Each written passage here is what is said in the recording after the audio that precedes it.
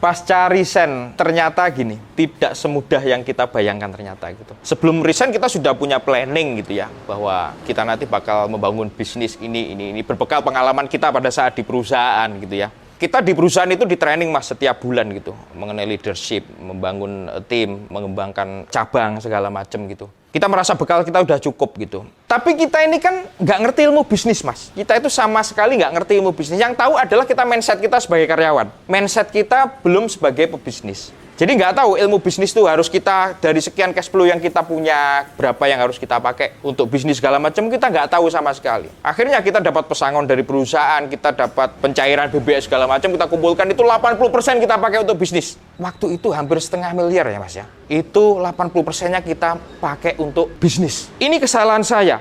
Saya akui baru sadar saat ini tuh. Kenapa? Karena satu, cash flow-nya terlalu saya maksimalkan di situ.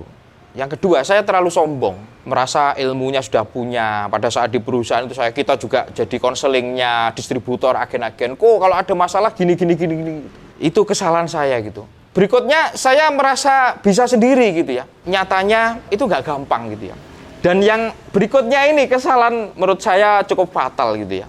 Dan ini mungkin pelajaran bagi teman-teman yang mungkin punya pikiran untuk resign mau membangun bisnis gitu. Kebanyakan setelah resign dari perusahaan besar, itu ada gengsi. Ketika kita memutuskan bisnis maunya gede gitu. Jadi nanti kalau ada teman-teman datang itu bisnisnya kelihatan bagus gitu. Jadi kalau dilihat nanti, oh bisnisku ini loh, terlepas mau jalan nggak jalan, pokoknya bisnisku gede dulu gitu. Nah ini sebuah kesalahan menurut saya gitu. Jadi kalau kita resign sebenarnya harusnya gengsi udah hilangin aja.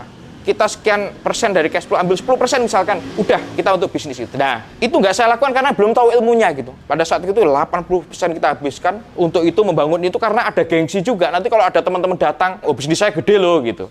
Nah, itu sebuah kesalahan mas, baru saya sadari saat ini gitu ya. Jadi benar-benar saya habiskan di situ, tapi manusianya berencana itu. Allah ternyata berkehendak lain.